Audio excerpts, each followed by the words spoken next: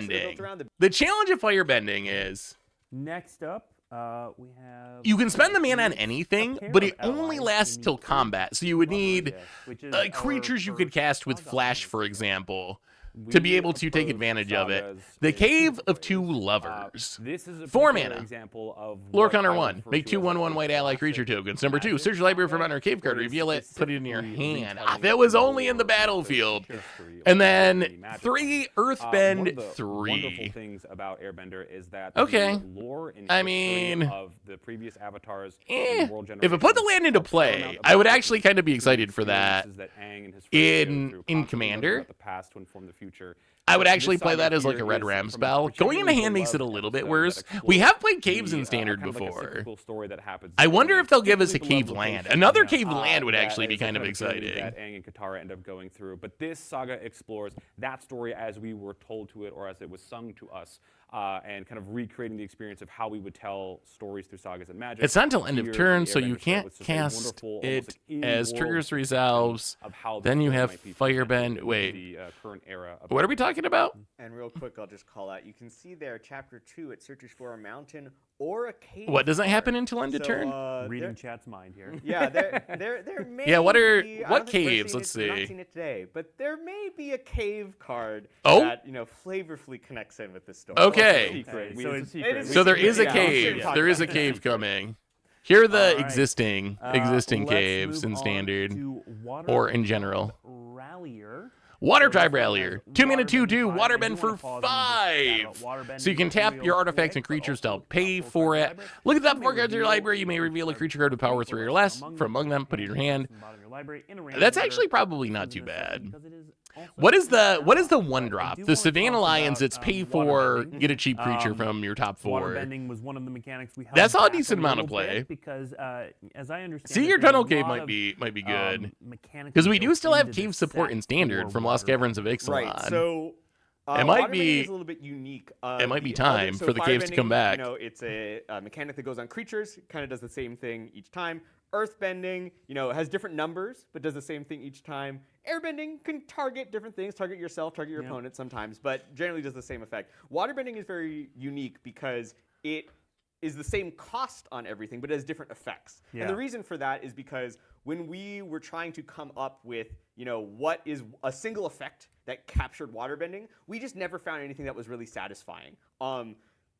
I mean, I feel like the waterbed mechanics actually kind of so many different ways, kind of None strong. Felt, uniquely I mean, specific so you're to gonna see with water. And waterbending in the probably show, quite they a use bit, water in so many relatively ways. high They numbers, are, just they because can you can create, tap your stuff liquid to help and pay for solid them. So ice if you and have gaseous mist, 4 and they can clue, heal, 5 clue and tokens there's on the so many- battlefield, there's bloodbending, you there's can actually plant bending, just there's so many different tap ways your to use it. clues So and get the what we really ability, looking right? for So with they gotta kind of waterbending up the was a number kind of because you singular can pay input with that can mana create a lot of or you can different pay with outputs. something else. So So the that number's makes it probably very gonna be different, like each 1 or 2 waterbending higher card, than it would be if you could they all only want pay to mana have for a lot it. of different creatures and artifacts in play to help to pay the costs. For example, Water Tribe Rallier here plays really well with allies. There's lots of little allies that are very. I wonder if cheap we'll have an or ally make deck. Maybe we can have an actual ally not deck only in is this card an standard. ally itself, but you're also likely to play it with other cards. Although it that will doesn't make really it feel easier to like- pay the waterbending cost over and over. I again. don't know. When When I think of allies, I think of them being like slivers, like all helping each other. And I guess this kind of helps in the sense that you can dig for more allies with the waterbend, but range of different ways. it reminds me of the newer form of allies where you never know if like you get to play the is it an ally game from Battle for Zendikar. Just pull up a random creature and see if you can guess if it happens to be an ally. To like +1 and explore a little bit. So if you're a fan of the show, you remember that. I don't know, look at all the Northern spider Water Tribe or in the North Pole. folk Most of the in the female Spider-Man waterbenders set, and we are didn't really. I mean, healers. I And guess as we Katara comes in, played it's a big struggle all being heard spider talk deck to that about the works. So role I of guess you waterbending. can have a deck, but it And hasn't Katara's developed into like presence a there kind of competitive one. shatters the societal That makes a lot of sense. expectations Allies, of, the who original can allies waterbend from in what way. World And Wake, so they after actually that, felt a we see lot that like later on in the human, series, we like got waterbenders humanoid that come slivers for the act as most allies part. and reinforce the gang. But we wanted to. Yeah, I think explore, waterbend's like, really well, after powerful, Katara right? Because you left, can the have other artifact healers tokens, learn more and it's very bending easy combat to and make offensive clues and capabilities treasures become and a bloods and all part those of things. the wider So I actually organization. think So this. we found I mean, areas to plus kind of Convoke explore is and flesh out the powerful. Improvise, any ramifications, mechanic that as lets you avatars tap move other throughout to see resources where to those kind to of essentially make characters, mana might tends to have be pretty gone. good. So Which I is think that really waterbend an has opportunity to continue to flesh a out the decent lore chance to be of one of the Waterbend. stronger Yeah, mechanics it from the was set. awesome to work with them and to discuss these little details of the world that we got to kind of expand or explore. Yeah. All right. Who do you let's think? move on to our Earthbending is next going to card, fundamentally White change Magic. Lotus Wow. Reinforcements. So this one. Ooh, Ally pretty Lord. straightforward. White Other Lotus allies reinforcements. you 3 control mana, get two, +1/+1. 3 vigilance. Yeah, so this Other allies get is, +1/+1. A key part of the Have like, any of you noticed ally typal deck for Yep. limited? Waterbend 20 take an and- extra turn? Yeah, I think it's just sort of Wait, a where did that classic, card come you know, from? Not every single ally cares about allies, but there Do are y'all a lot feel that like do. lords have And I'm gotten going worse and to, worse? You know, I feel like 10 years ago, I used to see a lot of lords in Magic. That you'd have a lot of like tribal decks that would play lords, think like merfolk decks or goblin decks. I feel like Magic has moved away from that archetype, and I just don't. Ooh, mythic, and I don't see him much anymore. Ozzy the Phoenix King, 6 mana in Rakdos, 7/7 Yeah, so I mean, tramplazed firebending Ozai, 4. sort of his If you would final lose loss unspent form mana, was that definitely mana something we becomes wanted to red capture. instead. It is flying and indestructible additionally, as long it as you also, have 6 at or this more moment in unspent the show, mana. So if you the get to show, 8 this is so mana, much about the kind of like peak of you can float over-the-top your extra mana, firebending attack power. with this, So we really love the idea flying of, indestructible, especially in this moment of comet enhanced flying Ozai, just kind of, like, indestructible. Haze gathering trample. up all of the firepower that he possibly Wait, is could this and card getting insane stronger and or is it stronger as he horrible? did. It is 6 mana. It's you got know, kind ridiculous of, stats. Also connects in with I mean, 6 mana, cards that we 7/7. saw, that we've previewed earlier, which So it's is, probably going to be Comet, really, which is really all your good creatures, in a and deck with lot of firebending. I think that's on. got to be So the just being able plan, to, you know, right? pull Like, up all your firebending yeah, on it, have pull up multiple defense, that's firebending huge, or creatures. just have it So you around can and just have them, cast you know, this for fly 6, and be attack. indestructible and In then combat, you'll make trample enough mana to give it indestructible and flying. Yeah, And then you hit your opponent for a booster ridiculous conversions amount of damage. are- If you don't win the game, you don't even lose the mana. So you can just leave the mana floating there. And it'll be indestructible and trampling and flying and firebending forever. That card actually seems like, I mean, it's 6 mana. It's 6 mana, so it's not going to be too busted, but it actually seems like you'd be a very good finisher. He is still that kind of like looming villain. Yeah, and some sort of firebending deck. I could see that card actually being really good. What is the extra turns card you all are talking about? Just him as a character because of what he represents in the. Was that one of the games early is as spoilers? much Maybe part I of can his find character it. As his like actual design and his aesthetic, and that kind of becomes true across most of the iterations of the art that we will see. Whether it's the main Waterbend set, 20 the take an Borderless extra Scene, the Borderless turn. Battle Pose, and so on. All right. Let's look at another Fire Nation card. We've got the Fire Nation. The Fire Nation We Drill. haven't seen many vehicles. Okay, in this okay. set.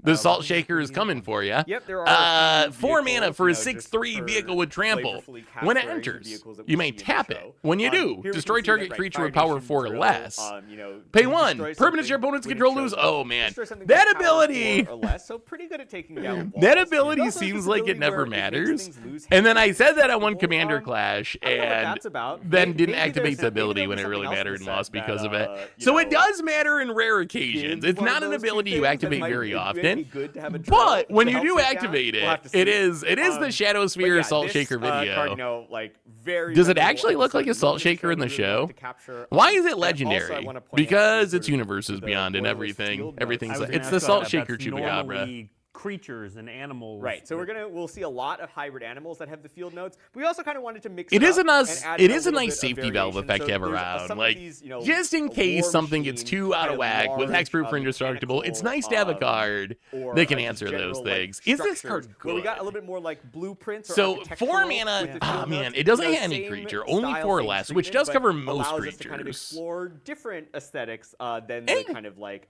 you know. Would actual biological, Chupacabra be good zoological, type of in event. 2025? We Or is are Chupacabra just too nearing the slow? end. Not there It's yet. wild that we went from We've got- Chupacabra still got a destroying few Magic cool to cards me wondering if show off in our Chupacabra bonus round, as well as if some of the Chupacabra is even Borderless good enough to versions play of anymore. cards we saw in the debut video. But before we get to that, let's take a look at our next card, Daily Agents. Daily Sweet Agents. card and a 5 mana sweet Golgari, card. 3/4. Human Soldier. When this creature Yeah, enters, so Earthbend Daily 1. Agents, when it enters, Then Earthbend Earthbend 1, 1. and then you Earthbend 1 Whenever this again. creature And attacks, that each means opponent you loses X could life. You gain X double life for stack X is up the on number the of same creatures you land, control with or +1/+1 split it up counters into on them. plans.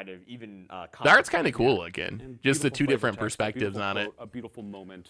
I was going to ask you about that. This is a good place to talk about the flavor text because we've seen some. This one's really fitting.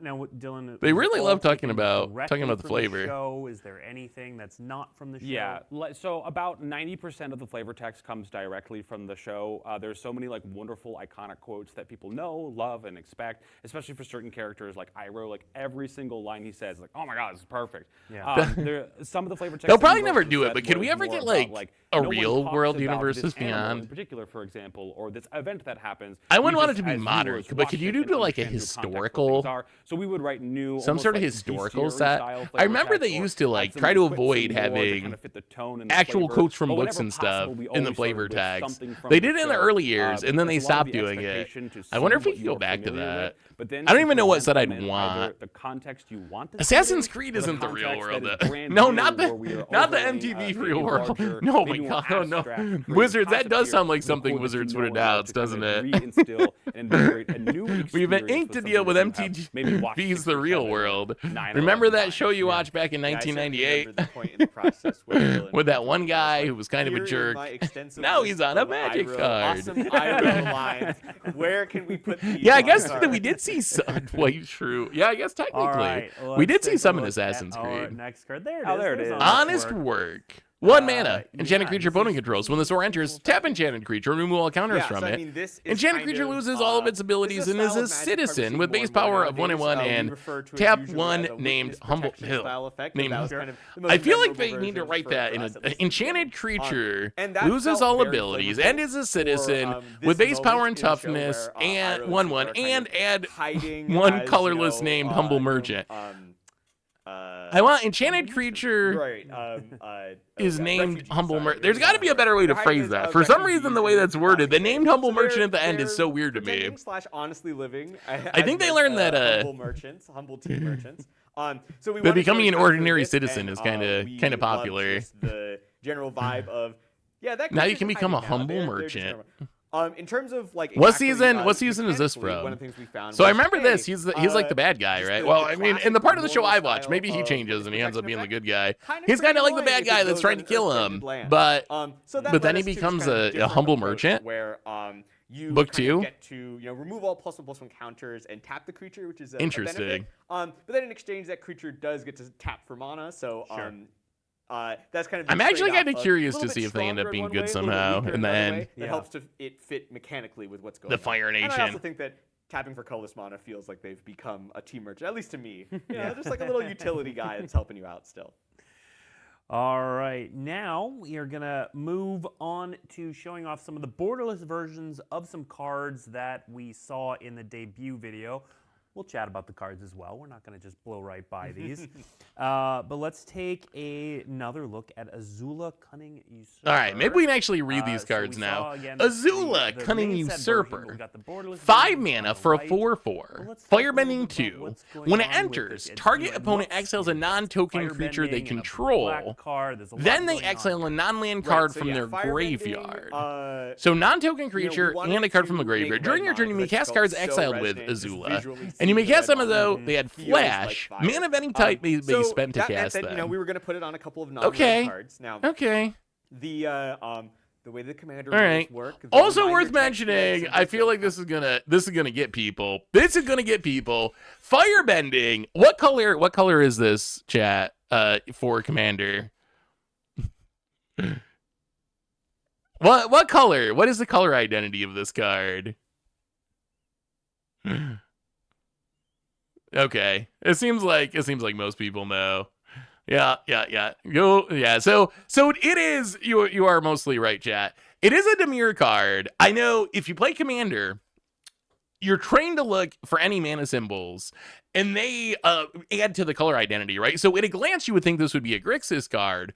However, because those mana symbols are in the reminder text, in those parentheses, they don't count towards mana identity. So yes, you can still play it in just a straight up demure deck, even though those red mana symbols are there. Become kind of this new Long threat. Fang. I mean, this card's so 5 mana. So she takes over. So So the problem is your opponent chooses the creature. It's nice that it's non-token.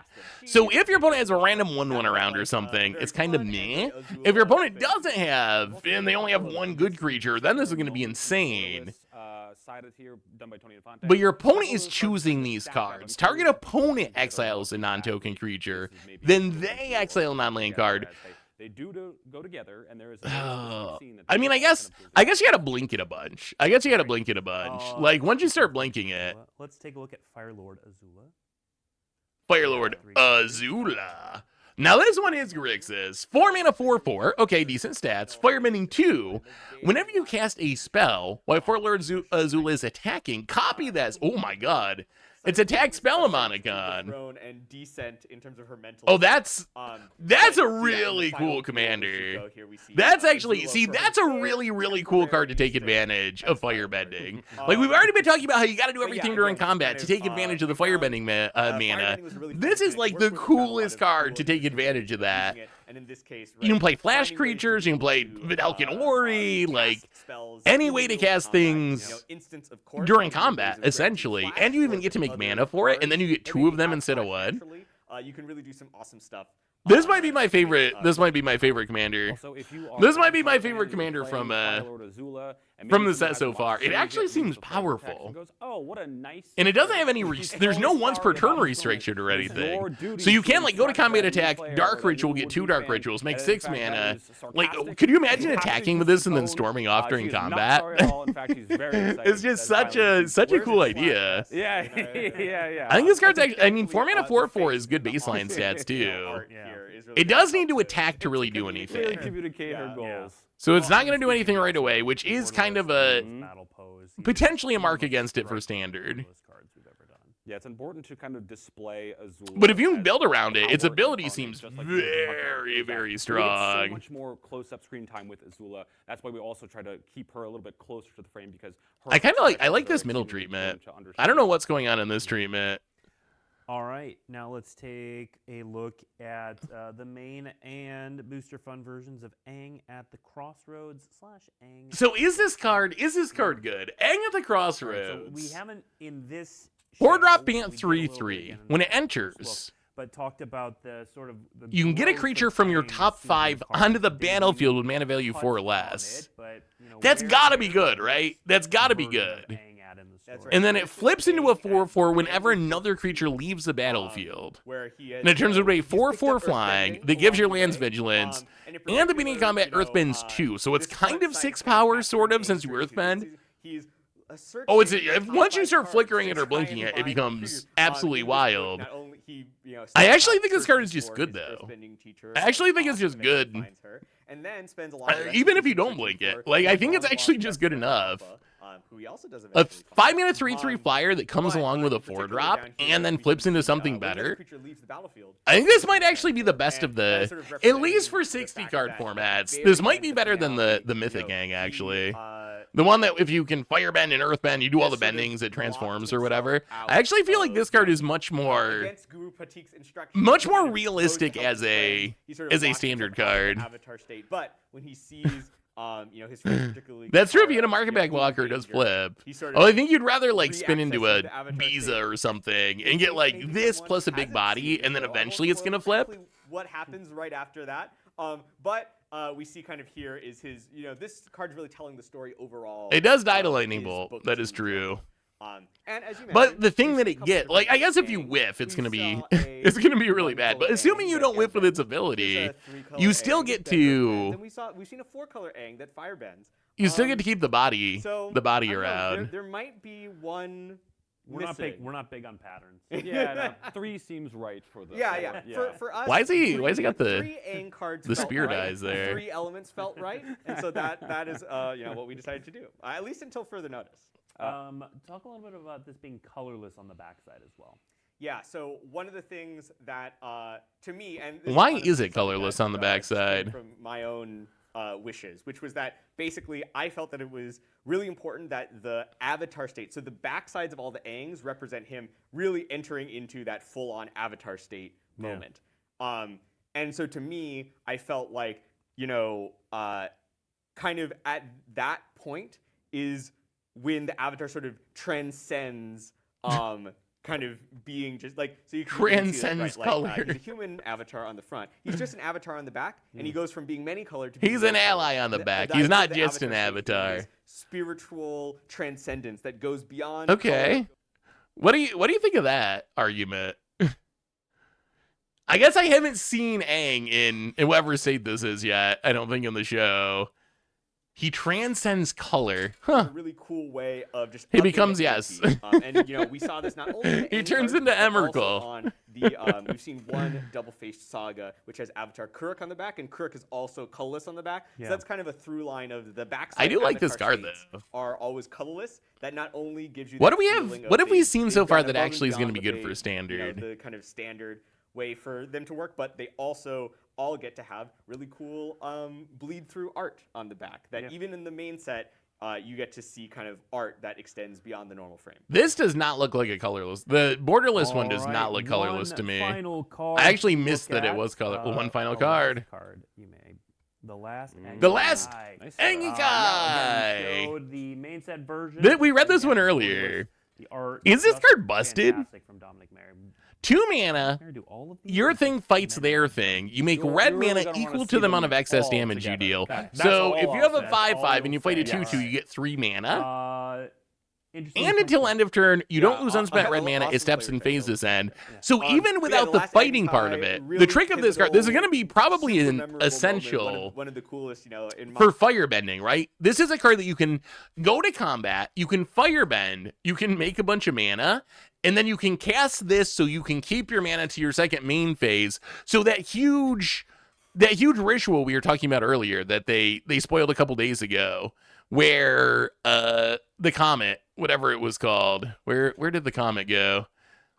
But the comet that makes 5 mana whenever you attack, Silzen's Comet, something like that becomes so much better if you're playing the last Angikai, right? Because you can keep all of that mana and actually use it for something productive. I think this card actually might be really good. If firebending is a thing in standard, this card will almost certainly be a big part of it. All right.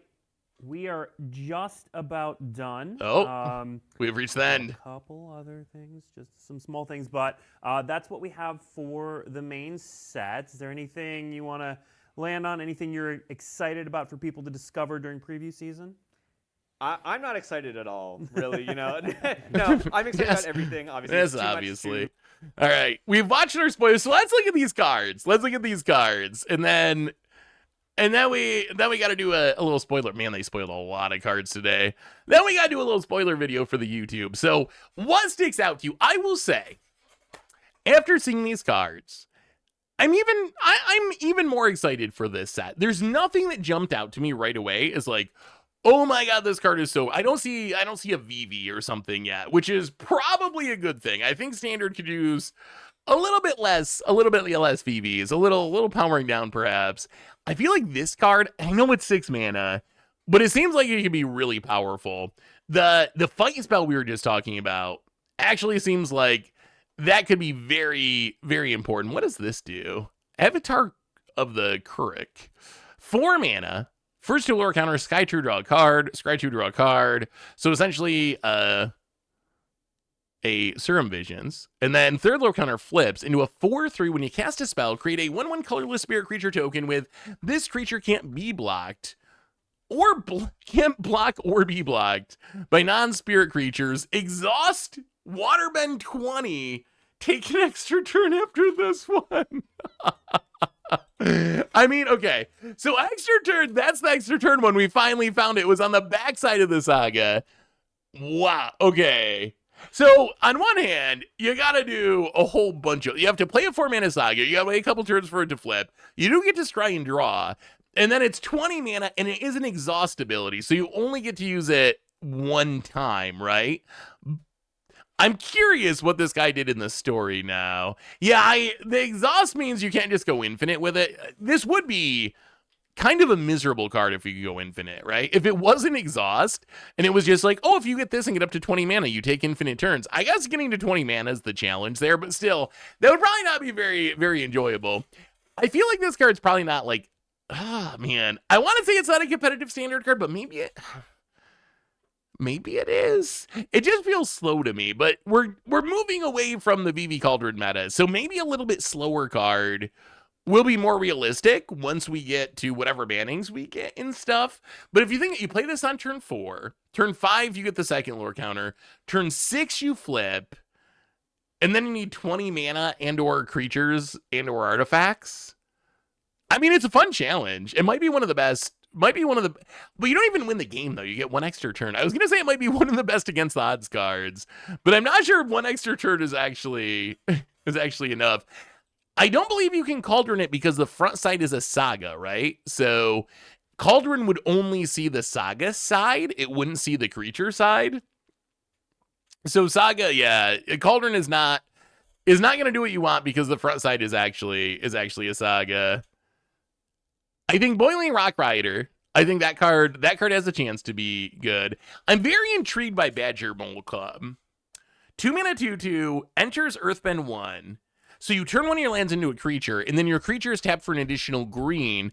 So it kind of costs 1 mana, right? You play this, you Earthbend, you can immediately make back 1 of the 2 mana by making an extra mana with your Earthbend land. I feel like this card might actually be kind of bonkers, yeah. I feel like this card actually, and it's the rare card that isn't legendary either. That's another way you can kind of tell with some of these cards. Like when you see non-legendary rares and mythics that are creatures, you got to take notice and think, okay, that card might actually be good and constructed. Hi now, welcome to the Fishbowl. Thank you for your subscription. Big super for you. Thank you. Did they reveal secret lair drops for Avatar? Not that I saw, unless I did it right at the very end after we stopped watching. So these are, with the satellite dish, those are the jumpstart cards. Does anyone know off the top of your head, before I look this up, does anyone know if the jumpstart cards are standard legal? I'm going to assume the answer is no, because I feel like last time we did this, the answer was no. Although we have also had jumpstart releases. Oh, they revealed one. All right, I'll see if I can look it up. Although we have had jumpstart releases that were standard legal.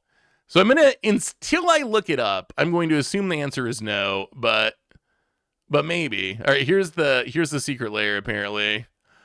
My cabbages! Chain of Vapor, Meltdown, Nature's Claim, Anguish. I gotta look at the prices of these cards. Is Chain of Vapor, I know Meltdown isn't worth anything. Chain of Vapor is, okay, Chain of Vapor is like $10. Meltdown is essentially bulk. Nature's Claim is bulk. I feel like when they have secret layers with popular art, Anguish and Making's $3, Putrefy's bulk. I feel like when they're selling a secret layer that's based on memes and art, there's not much motivation to put super high-end cards into them because people are buying them for the meme or for the art, not for the value. So I think it makes sense that the value would not be like incredibly high. Although it is nice that Chain of Vapor is at least like a $10 card. But that's really the only money card. The memes are good though. So I assume, okay, so Jumpstart not standard legal, Commander only for all the Jumpstart cards. And then all the lessons, that does mean Fiery Confluence, not actually standard legal. All the lessons are going to be interesting. I feel like they get much more interesting once we actually get to some learning. What does Iroh do? So 6 mana 5/5 Firebending 2. During your turn, each non-lesson instant or sorcery card in your graveyard has flashback. Flashback cards equal to its mana cost. So essentially Leer. And then during your turn, each lesson card in your graveyard has flashback of 1. Flashback of 1 is actually like, that means you can Mascot Exhibition for 1 mana. We're gonna have to look at the lessons as they come out. Maybe there's something super like expensive, but if there's something like Mascot Exhibition that's a 7 mana lesson that you can cast for 1 mana, I mean, I guess this is 6 mana to get going anyway, but that could be interesting. That could be interesting. This one we talked about. What does this one do? 5 mana 4/4 Flying Firebending 2. Everything has firebending. So many of the cards have firebending. When it enters, if you cast them, and there are 3 or more dragons and or lesson cards in your graveyard, create a token that's a copy of it, except it's not legendary. Pay 4 dragons you control, get +2/+0. Well, if you can actually get 2 copies of it, it becomes good. Firebending Student. Where is Firebending? Firebending Instructor. Firebending...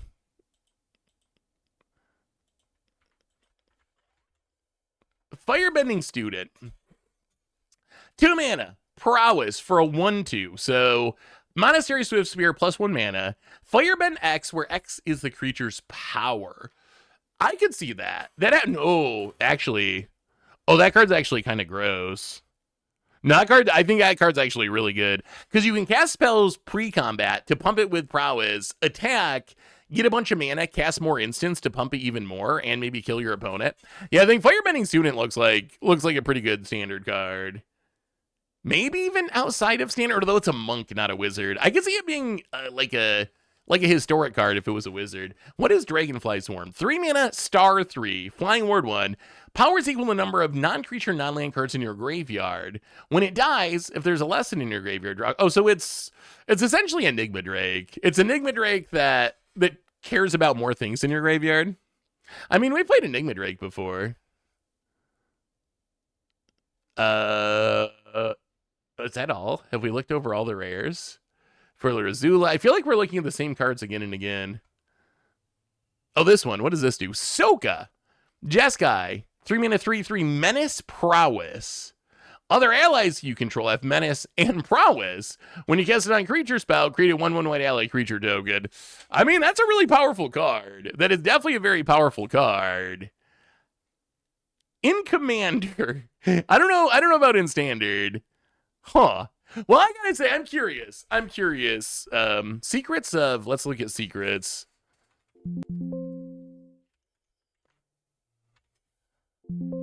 I don't see a card named Secrets of Bloodmending yet. Anyway, everyone, I gotta know. One last question. What do you think of the unlucky... Oh, we talked about this earlier in the stream. I actually think the card's very interesting. I think the card might actually be pretty good. I think the fact that it goes back into your library makes it a little tricky to work with since you need a way to sack multiple foods at once. But I can definitely imagine a deck where you make a bunch of foods, you play this, with the first one on the stack, you sack all of them and ramp like 5 times, and then the card's probably pretty busted. Plus, a 2 mana 2/2 that makes a food is like fine starting stats. It's a good baseline to work off of. So I don't think it's like busted, but I actually think it has potential in a food deck for sure as a ram spell. So we'll have to see in standard. Like, I'm excited to try building around it in standard. Worst case, I think, if you're a food commander deck, I think it's going to be good. Anyway, everyone, I gotta know. We always do this on spoiler day. Now you've seen the cards. Hype level. Is it going up? Is it going down? I like the set so far. I like the set. I think the set, it looks like a good power level. It looks fun. It fits in Magic well. I think some of the art looks really cool. There's nothing that jumps out as being like super broken, but some stuff that I think looks pretty playable. And that's exactly what I kind of wanted. Like, I actually am on this kick where I kind of want standard to power down a little bit. So when I see a spoiler day and there's not like a card where I'm like, oh my god, that's going to be so broken, I actually come away from it feeling like, okay, that's a good thing. That's a positive. And I think that's where we're at. There's a lot of stuff that I'm like, okay, that's going to be cool to build around. I think that card's exciting. I think it's good. I think this Aang is really good, but nothing that's like, oh no, I'm really dreading that. So I'm actually very excited. Better than Spider. Yeah, it's gonna be Spider-Man. I'm just happy to see some positive vibes overall after Spider-Man. Not the most positive set. I feel like this one's gonna go over a little bit better, I think, overall. But hype level steady at 5. It's average. Hey, average. I will take average after Spider-Man. I will take average. Also, I still don't know how you're countering 4 spells with this, but it's a jumpstart card. I guess the commander players will figure that one out. Does that mean that tomorrow's video is a spoiler video, not a gameplay? No, there's still gameplay tomorrow, but there will also be a spoiler video. But over, like, around the weekend, there'll be a gameplay video or 2 that are not going up because I'm doing spoilers instead. But tomorrow there is gameplay and spoilers. But anyway, everyone, I think we gotta call it for today, because I gotta go put all these cards into a spoiler video for the YouTubes. Yeah, the abilities, that does help a little bit. But reminders on the way out the door. Replay YouTube for the old streams, normal YouTube, spoiler coverage coming up soon, gameplay tomorrow. One more shout out to our sponsor, Card Kingdom, and most importantly, thank you to all of you. Y'all are amazing. I love y'all. Have a great day. Thanks for hanging out, and I will talk to you soon.